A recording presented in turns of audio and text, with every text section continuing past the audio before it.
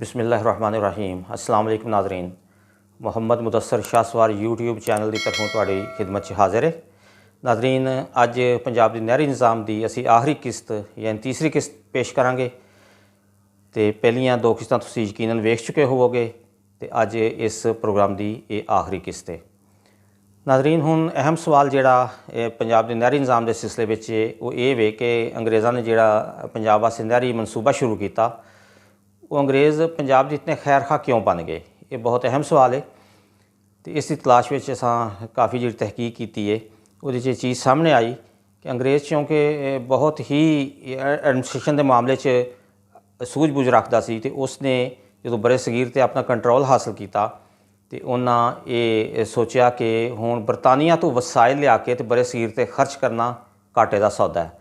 उन्हें इत्थे मुकामी ही सतह पर इस तरह के अपने मुख्तलिफ मनसूबे शुरू करने का प्लान बनाया कि जी इत्थों ही आमदन हासिल की जाए तो इत्थे ही इन्होंने लोगों पर खर्च की जाए तो वह जोड़ा मुनाफा है वो बरतानिया भेजा जाए। तो इस सिलसिले उन्होंने पंजाब च नहरी निज़ाम शुरू किया। तो पंजाब के जोड़े वस्ती ज़िले सन जिथे बहुत गुंजान आबादी सी, उत्थों लोगों को लिया के तो जोड़ा बाहर का एरिया से दो दरियावां के दरम्यान का इलाका उत्थे लिया के उन्होंने आबाद करना शुरू किया। उत्थे उन्होंने ज़मीनां दित्तियां, उन्होंने मुरब्बे दिते तो नहरां खदवाइयां गईयां तो काश्तकारी वास्ते उन्होंने सहूलतां उत्थे दित्तियां गईयां। उसका फायदा अंग्रेज़ नूं ये होया कि एक तो वस्ती ज़िलियां दे उत्ते जिहड़ा आबादी का प्रैशर सी वो घट गया तो लोग दूसरी जगह शिफ्ट हो गए। तो दूसरा फायदा ये होया कि जिहड़ी काश्तकारी वास्ते ज़मीनां दित्तियां हन उस ते मालिया ते आबियाना की मद विच उन्हां मुनाफा कमाना शुरू किया। तो वह मुनाफा उन्हां फिर मुकामी लोगों पर भी खर्च किया तो बरतानिया भी वही पैसा वापस भेजते रहे। इत्थे असीं तुहानूं एक ये भी गल दसदे जाइए कि जिहड़ा खर्चा इन्हां नहरां ते होया सी, जिहड़ी लागत आई सी, अंग्रेज़ ने वो आबियाना ते मालिया की मद विच जिहड़े पैसे इकट्ठे किए वो पूरा खर्चा महज 3 साल विच ही उन्हां पूरा कर लिया। उस तो बाद फिर वो पंजाब दीयां जिहड़ियां ज़मीनां सन उन्हां वास्ते वो मुनाफा का एक जरिया बन गईयां। नाज़रीन, पंजाब का जिहड़ा नहरी मनसूबा सी उहदा बैन अल-अक़वामी सतह ते जिहड़ा अंग्रेज़ नूं फ़ायदा होया या जिहड़े उन्हें मकासद हासिल किए उहदे च ये सी कि रूस जिहड़ा सी अफगानिस्तान वल वध रहा सी। तो अंग्रेज़ नूं खतरा सी कि अगर रूस अफगानिस्तान विच आ गया तो फिर वो बड़े सगीर च जिहड़ा अंग्रेज़ का इकतदार है उहदे वास्ते खतरा बनेगा। तो इस चीज़ नूं रोकने वास्ते वो मुकामी लोगों दे विच उन्हें मनसूबा बनाया कि इन्हां नूं खुशहाल रखा जाए ताकि मुकामी सतह पर अगर लोगों ने बगावत ना की तो फिर रूस वास्ते हिंदुस्तान के अंदर आना मुश्किल काम सी। तो इस वास्ते उन्हें फिर लोगों के ज़मीनां काफ़ी तकसीम कीतियां, मुरब्बे तकसीम किए तो एक ऐसी क्लास तश्कील देने की कोशिश की जिहड़े अंग्रेज़ के मफादात का तहफ़्फ़ुज़ करे। तो उस नाल वो मुकामी आबादी का भी फ़ायदा सी तो अंग्रेज़ के भी सियासी मकासद नाल पूरे हो रहे सन। इस सिलसिले च उन्हें फिर घोड़ीपाल स्कीम भी लैके आए क्योंकि जिहड़ी बड़े सगीर च अंग्रेज़ फौज सी पहलां उहदे वास्ते घोड़े जिहड़े सन वो आस्ट्रेलिया तो मंगवाए जा रहे सन।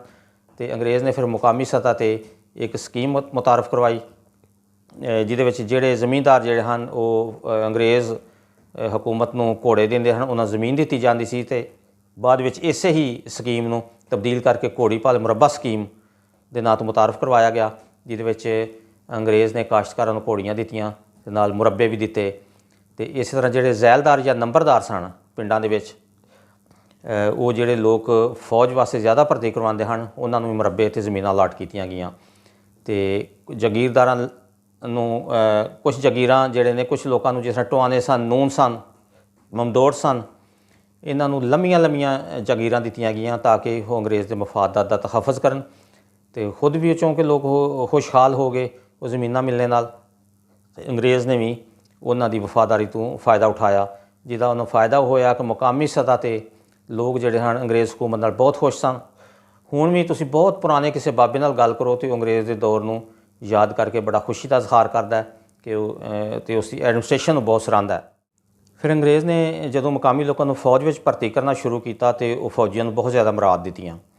तो फौज भर्ती उन्हें एक फौज की पक्की नौकरी, फिर अपने पिंड में भी टौ टप्पा, तो ये सारिया चीज़ां मिल मिला के लोगों वास्ते बड़ा पुरकशिश एक पैकेज वो लैके आए। फिर फौज में अगर कोई अपना दलेरी का काम करता सी, कोई कारनामा अंजाम देंदा सी तो उसनूं भी ज़मीन दित्ती जाती सी। तो फिर जो रिटायरमेंट तो बाद फौजी नूं दोबारा ज़मीन मिलती सी, रिटायरमेंट से भी ਇਸ ਤਰ੍ਹਾਂ ਬਹੁਤ ਸਾਰੇ ਜਿਹੜੇ ਸੂਬੇਦਾਰ ਜਾਂ ਇਸ ਲੈਵਲ ਦੇ ਨਿਚਲੇ ਰੈਂਕ ਦੇ ਲੋਕ ਸਨ ਉਹਨਾਂ ਨੂੰ ਕਾਫੀ ਜ਼ਮੀਨਾਂ ਅਲਾਟ ਕੀਤੀਆਂ ਅੰਗਰੇਜ਼ ਹਕੂਮਤ ਨੇ। ਅਤੇ ਫਿਰ ਪੈਨਸ਼ਨ ਦਾ ਇੱਕ ਜਿਹੜਾ ਪੈਕੇਜ ਲੈ ਕੇ ਆਏ, ਇਹਦੇ ਨਾਲ ਬਹੁਤ ਹੀ ਜ਼ਿਆਦਾ ਅਟਰੈਕਟਿਵ ਜੌਬ ਹੋ ਗਈ ਫੌਜ ਦੀ, ਅਤੇ ਲੋਕ ਤਰਜੀਹ ਦੇਣ ਲੱਗ ਪਏ ਕਿ ਪੰਜਾਬ ਦੇ ਲੋਕ ਖਸੂਸੀ ਤੌਰ 'ਤੇ ਕਿ ਫੌਜ ਵਿੱਚ ਭਰਤੀ ਹੋਣ ਅਤੇ ਜ਼ਿਆਦਾ ਤੋਂ ਜ਼ਿਆਦਾ ਮੁਰਾਦ ਹਾਸਲ ਕਰਨ, ਕਿਉਂਕਿ ਰਿਟਾਇਰਮੈਂਟ 'ਤੇ ਵੀ ਅੱਛਾ ਖਾਸਾ ਇੱਕ ਪੁਰਕਸ਼ਿਸ਼ ਪੈਕੇਜ ਦਿੱਤਾ ਜਾਂਦਾ ਸੀ, ਜਿਵੇਂ ਜ਼ਮੀਨਾਂ ਵੀ ਸਨ, ਪੈਨਸ਼ਨ ਵੀ ਸੀ, ਅਤੇ ਬਾਕੀ ਵੀ ਇਲਾਕੇ ਦੇ ਵਿੱਚ ਉਸ ਬੰਦੇ ਨੂੰ ਜਿਹੜਾ ਇੱਕ ਆਜ਼ਾਦੀ ਸਰਟੀਫਿਕੇਟ ਦਿੱਤਾ ਜਾਂਦਾ ਸੀ ਉਸ ਖਿਦਮਤ ਦੇ ਤੌਰ 'ਤੇ, ਉਹ ਵੀ ਮੁਫਤ ਆਪਣੇ ਇਲਾਕੇ ਵਿੱਚ ਜਦੋਂ ਉਹ ਕਿਸੇ ਸਰਕਾਰੀ ਦਫ਼ਤਰ ਵਿੱਚ ਜਾਂਦਾ ਸੀ ਰਿਟਾਇਰਮੈਂਟ ਦੇ ਬਾਅਦ ਜਾਂ ਸਰਵਿਸ ਦੇ ਦੌਰਾਨ, ਅਤੇ ਮੁਕਾਮੀ ਅੰਗਰੇਜ਼ ਅਫਸਰ ਉਸ ਦੀ ਕਦਰ ਅਫਜ਼ਾਈ ਕਰਦੇ ਸਨ। ਇਸ ਹਕੂਮਤ ਤੋਂ ਪਹਿਲਾਂ ਪੰਜਾਬ ਦੇ ਜਿਹੜੇ ਲੋਕ ਸਨ ਉਹਨਾਂ ਦੀ ਅਕਸਰੀਅਤ ਗੁਰਬਤ ਦੀ ਲਕੀਰ ਤੋਂ ਨੀਚੇ ਜ਼ਿੰਦਗੀ ਆਪਣੀ ਗੁਜ਼ਾਰ ਰਹੀ ਸੀ, ਅਤੇ ਅੰਗਰੇਜ਼ ਹਕੂਮਤ 'ਤੇ ਆਉਣ ਤੋਂ ਬਾਅਦ ਜਦੋਂ ਫੌਜ ਦੀਆਂ ਨੌਕਰੀਆਂ ਉਹਨਾਂ ਨੂੰ ਮਿਲੀਆਂ ਅਤੇ ਪੈਨਸ਼ਨ ਵੀ ਮਿਲੀ ਅਤੇ ਜ਼ਮੀਨਾਂ ਵੀ ਮਿਲੀਆਂ, ਅਤੇ ਇਹ ਤਾਂ ਉਹਨਾਂ ਵਾਸਤੇ ਕਿਸੇ ਨਿਯਮਤ ਤੋਂ ਘੱਟ ਨਹੀਂ ਸੀ, ਤਾਂ ਬੜੀ ਖੁਸ਼ੀ ਫੌਜ ਨੂੰ ਜੁਆਇਨ ਕਰਦੇ ਹਨ। ਅਤੇ ਅੰਗਰੇਜ਼ ਨੇ ਤਕਰੀਬਨ 5 ਲੱਖ ਏਕੜ ਜਿਹੜਾ ਰਕਬਾ ਸੀ ਉਹ ਫੌਜੀਆਂ 'ਚ ਤਕਸੀਮ ਕੀਤਾ। ਤੁਸੀਂ ਇਹ ਅੰਦਾਜ਼ਾ ਇੱਥੋਂ ਲਾ ਲਓ ਕਿ ਪੰਜਾਬ ਦੀ ਆਬਾਦੀ ਬਰੇ ਸਗੀਰ ਦੀ ਕੁੱਲ ਆਬਾਦੀ ਦਾ 10% ਤੋਂ ਵੀ ਕਮ ਸੀ, ਲੇਕਿਨ ਬਰੇ ਸਗੀਰ ਦੀ ਜਿਹੜੀ ਫੌਜ ਸੀ ਉਹਦੇ ਵਿੱਚ 50% ਜਿਹੜੇ ਹਨ, 50% ਯਾਨੀ ਅੱਧੀ ਫੌਜ ਉਹ ਸਿਰਫ ਪੰਜਾਬ ਤੋਂ ਸੀ। ਅੰਗਰੇਜ਼ ਹਕੂਮਤ ਨੇ ਜਿਹੜੇ ਲੋਕਾਂ ਨੂੰ ਵਸਤੀ ਇਜ਼ਲਾਹ ਤੋਂ ਲਿਆ ਕੇ ਅਤੇ ਉਹਨਾਂ ਦੀ ਆਬਾਦਕਾਰੀ ਕੀਤੀ ਬਾਹਰ ਦੇ ਇਲਾਕਿਆਂ ਦੇ ਵਿੱਚ, ਉੱਥੇ ਫਿਰ ਉਹਨਾਂ ਪ੍ਰੋਪਰ ਜਿਹੜੇ ਗਾঁव ਆਬਾਦ ਕੀਤੇ, ਉਹਨਾਂ ਨੂੰ ਚੱਕ ਆਖਿਆ ਜਾਂਦਾ ਸੀ, ਪਿੰਡ ਆਖਿਆ ਜਾਂਦਾ ਸੀ, ਚੱਕ ਆਖਿਆ ਜਾਂਦਾ ਸੀ ਜਾਂ ਡੋਕ ਵੀ ਆਖਿਆ ਜਾਂਦਾ ਸੀ। ਅਤੇ ਉਹਨਾਂ ਦੇ ਜਿਹੜੇ ਨਕਸ਼ੇ ਬਣਾਏ ਉਹ ਬੜੀਆਂ ਸਿੱਧੀਆਂ ਗਲੀਆਂ ਬਣਾਈਆਂ ਗਈਆਂ, ਅਤੇ ਹਰ ਜਿਹੜਾ ਚੱਕ ਸੀ ਉਸ ਦੇ ਵਿੱਚ ਸਕੂਲ, ਮਸਜਿਦ ਜਾਂ ਅਗਰ ਹਿੰਦੂਆਂ ਦਾ ਸੀ ਅਤੇ ਉੱਥੇ ਗੁਰਦੁਆਰਾ, ਸਿੱਖਾਂ ਦਾ ਸੀ ਗੁਰਦੁਆਰਾ ਜਾਂ ਮੰਦਰ, ਉਹ ਜ਼ਰੂਰ ਬਣਾਏ ਗਏ।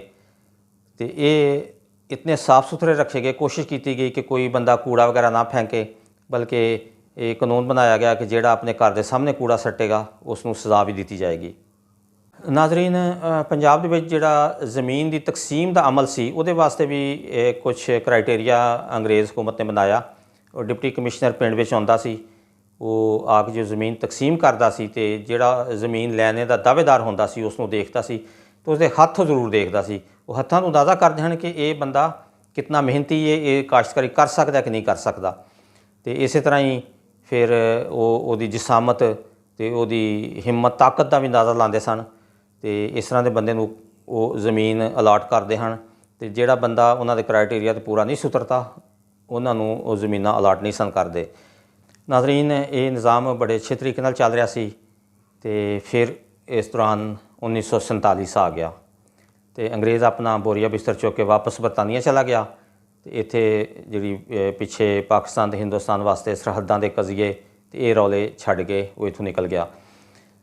ਹੁਣ ਜਿਹੜਾ ਇਹ ਦਰਿਆ ਸਨ, ਮਸ਼ਰਕੀ ਦਰਿਆ ਜਿਹਦੇ ਵਿੱਚ ਰਾਵੀ, ਸਤਲੁਜ, ਬਿਆਸ ਸੀ, ਅਤੇ ਮਗਰਬੀ ਦਰਿਆ ਜਿਹੜੇ ਸਨ ਜੇਹਲਮ ਅਤੇ ਚਨਾਬ, ਇਹਨਾਂ ਦਾ ਫਿਰ ਤਸਫੀਆ 1960 ਵਿੱਚ ਸਿੰਧ ਤਾਸ ਮੁਆਹਦੇ ਦੇ ਤਹਿਤ ਕੀਤਾ ਗਿਆ, ਜਿਹਦੇ ਵਿੱਚ ਮਸ਼ਰਕੀ ਦਰਿਆ, ਤਿੰਨੇ ਦਰਿਆ ਜਿਹੜੇ ਹਨ ਉਹ ਇੰਡੀਆ ਦੇ ਹਵਾਲੇ ਕੀਤੇ ਗਏ, ਅਤੇ 2 ਦਰਿਆ ਜਿਹੜੇ ਹਨ ਜੇਹਲਮ ਅਤੇ ਚਨਾਬ ਉਹ ਪਾਕਿਸਤਾਨ ਦੇ ਹਿੱਸੇ 'ਚ ਆਏ।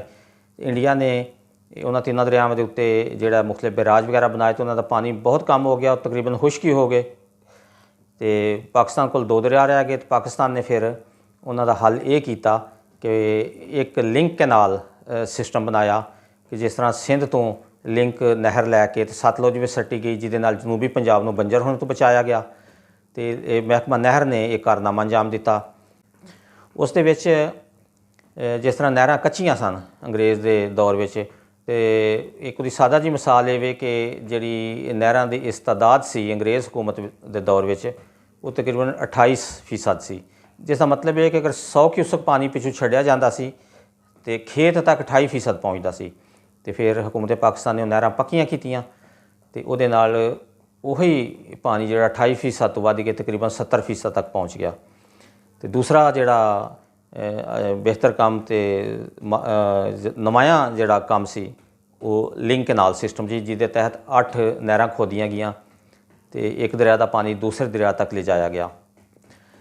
ਅਤੇ ਨਾਜ਼ਰੀਨ, ਹੁਣ ਤੀਸਰਾ ਜਿਹੜਾ ਨੁਮਾਇਆਂ ਕੰਮ ਸੀ ਉਹ ਅਸੀਂ ਡੈਮ ਅਤੇ ਬੈਰਾਜ ਕਹਿ ਸਕਦੇ ਹਾਂ, ਜਿਹੜਾ ਹਕੂਮਤ ਪਾਕਿਸਤਾਨ ਨੇ ਕੀਤਾ।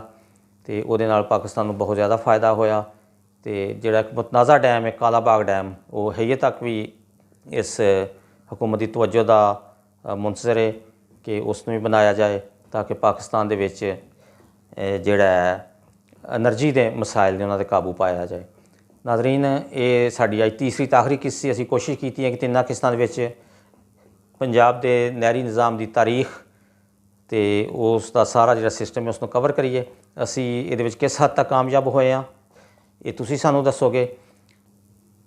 ਆਪਣੇ ਪ੍ਰੋਗਰਾਮ ਦਾ ਇਖਤਤਾਮ ਅਸੀਂ ਇੱਕ ਸ਼ਾਇਰ ਦੇ ਖੂਬਸੂਰਤ ਮਾਹੀਏ ਦੇ ਨਾਲ ਕਰਨੇ ਆ, ਪੰਜਾਬੀ ਸ਼ਾਇਰ ਤੇ ਪੰਜਾਬੀ ਮਾਹੀਆ।